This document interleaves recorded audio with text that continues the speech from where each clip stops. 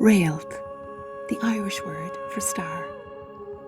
I've always loved the Irish word for the Milky Way, Bealach na Bó Finne, which means the way of the white cow.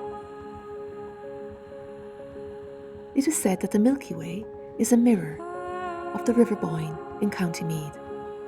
The river is named after the goddess Boann, and Brú na Bóinne, Newgrange, was built on the banks of that beautiful river.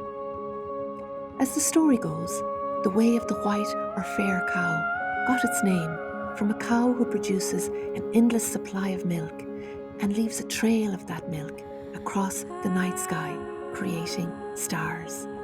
Réalt. Many of the star constellations have beautiful Irish names. The constellation of Leo, for example, is called An Chomhairán, meaning a hook or a sickle, which is a farming hand tool that I often saw in my childhood. It was used to cut hay in a field. I like to imagine sometimes our earliest ancestors looking up at the night sky when there was no artificial light, observing the universe and its magnificence, looking back at them, the wonder of it, and all the tales they told about the stars that live on in mythology. Réalt.